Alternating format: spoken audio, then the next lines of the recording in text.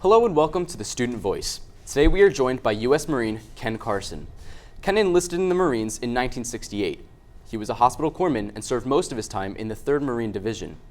He was in Vietnam from June of 1969 to June of 1970 and was discharged in 1972.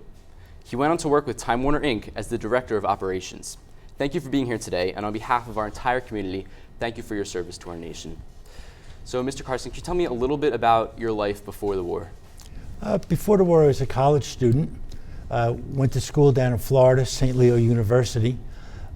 Enlisted into the service from St. Leo's down in Florida, but I would say just an average, college kid, working towards my degree and just going forward, not really focusing too much on what was going to be next. Little did I know, but had a kind of average childhood. Grew up here in Jersey, and here I am again. And what inspired you to enlist? Well, at the time, I had dropped out of school, and the only choice was either people were enlisting or people who were strongly protesting the war were moving away, going to Canada, etc. So for me, that wasn't an option. So the only option was to enlist. And before you went to Vietnam, how did you feel? Were you scared or excited? Well, I certainly wasn't excited. Vietnam was a war, and I knew what I was getting into. But again, it was what was going on at the time, and I wanted to be part of it. I wanted to understand it and experience it. So to me, the only way to do that was to jump in and see what happened. How did your family feel about you leaving? Not very positive, particularly my parents. Nobody is anxious to see your children go off to war. And what was training like before? Was it intense? Prior to going? Yeah, fairly intense. There's standard boot camps you go through, and then I went through, because of my what they call MOS, being a hospital corpsman, 12 weeks of medical training and 6 months of on-site hospital training before I went overseas.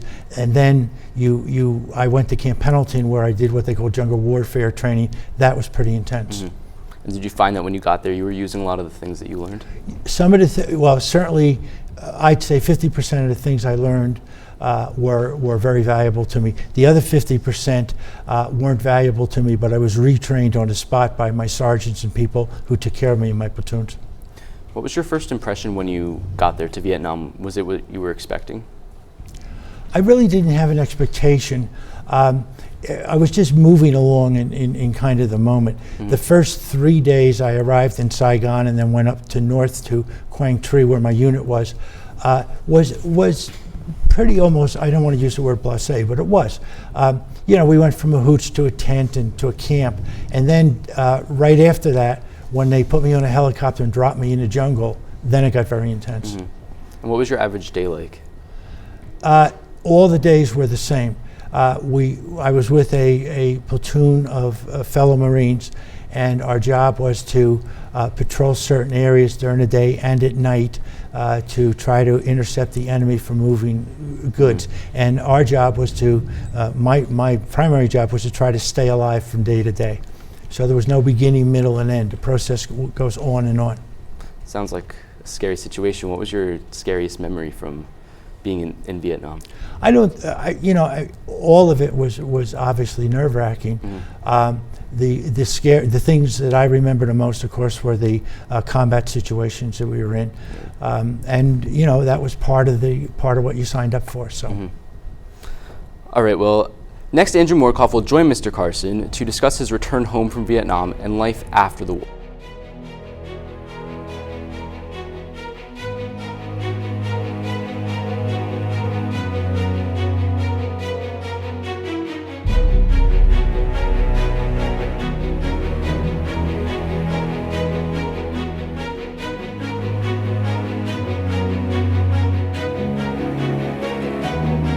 Hi, welcome back to the Student Voice. I'm Andrew Mordkoff, joined once again by USMC veteran Ken Carson. Ken, welcome back. Thank you. My first question for you today is, was there anything that helped you get through the tough times in Vietnam? Anything specifically that helped you stay positive throughout the experience? Well, certainly the camaraderie with my fellow Marines was the most positive thing we had, and we all depended on each other to get us through the tough times, and we did. Right. My next question is, during Vietnam, there was a lot of controversy back at home with the war and its purpose. And I want to know from a soldier standpoint, what was your opinion on all of the protest and opposition in America? While in combat and while going through the day-to-day activities of the war, I honestly never thought about it, and I never heard any of my fellow Marines talk about it either. The focus was staying alive and getting through the moment, and that's all we worked on. It's after, when you come home, is when you're aware of the political environment. Right. Speaking of life back home, throughout Vietnam, there must have been a lot of changes in America that you weren't a part of. How was the adjustment coming back to America and dealing with all of the protests and changes that went on while you were away? Well, the adjustment is significant because things aren't the same when you come back. I was fortunate enough to be stationed with about 40 fellow returnees for about 6 months, and we lived together in one barracks. That helped a lot because we all had the same experiences and same problems, and we adjusted well through that. My next question is, there was a documentary that you were featured in that our history classes had the privilege of watching. Did you have any prior knowledge of the filming when it went on, or did you have any opinion on the publicity that it brought to Vietnam? Yeah, no, I had no prior knowledge. What happened was we came in for an operation. We were on a place called the Rock Pile. NBC filmed the footage there, and it later became part of the documentary. All of that went on. After the initial filming, all the documentary stuff went on. I didn't even know they were making it. Wow, it must have been nice to get some airtime. It must have been cool seeing yourself on. Well, it turns out that HBO made the documentary and Time Inc. owned HBO. Mm-hmm. So my boss was the one that first called it to my attention. Wow, that's amazing. It's really wonderful. Speaking of the media, Vietnam and wars in general are a big subject to be filmed in movies and TV shows and books. You must have, as a veteran, it must be easy to reflect on your experience when watching those movies and TV shows. Do you feel that war is accurately depicted throughout the movies and TV shows, or? I certainly don't. Have never seen anything that accurately depicted all of Vietnam. I can't comment on the other wars because I wasn't a part of them, so I don't know. Some do a better job than others, but generally I think the books and media portray them the way they want to, and then we are free to interpret them the way we need to. Right. This is a general question, but as it's very interesting to hear from a veteran standpoint over the controversy of whether the war was worth it. There's a big controversy in America. It's still today people debate whether getting involved in Vietnam achieved its goal. What do you think? Well, listen. I don't know. I can't evaluate the effectiveness of the war, whether it was worth it. For me personally, the experience was a valuable experience, which shaped the rest of my life and the decisions I made going forward. In terms of the correctness of the war, whether it was worth it or not, I don't know. I really can't comment on it. It's hard to tell. Yeah. My final question is, personally, in your experience in Vietnam, as a whole, what stands out to you the most? What's the one thing that you keep with you always about your experience in Vietnam? Beyond question, the closeness to my fellow Marines. Right. No question about it. Right. I'm sure you're very close, and thank you for being here with us. Thanks for having me.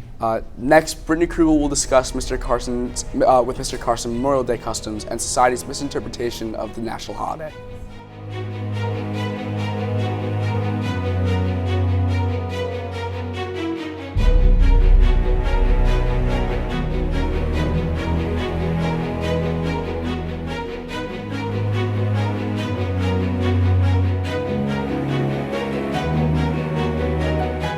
Hi, welcome back to the Student Voice. I'm Brittany Krugel here again with USMC veteran Ken Carson.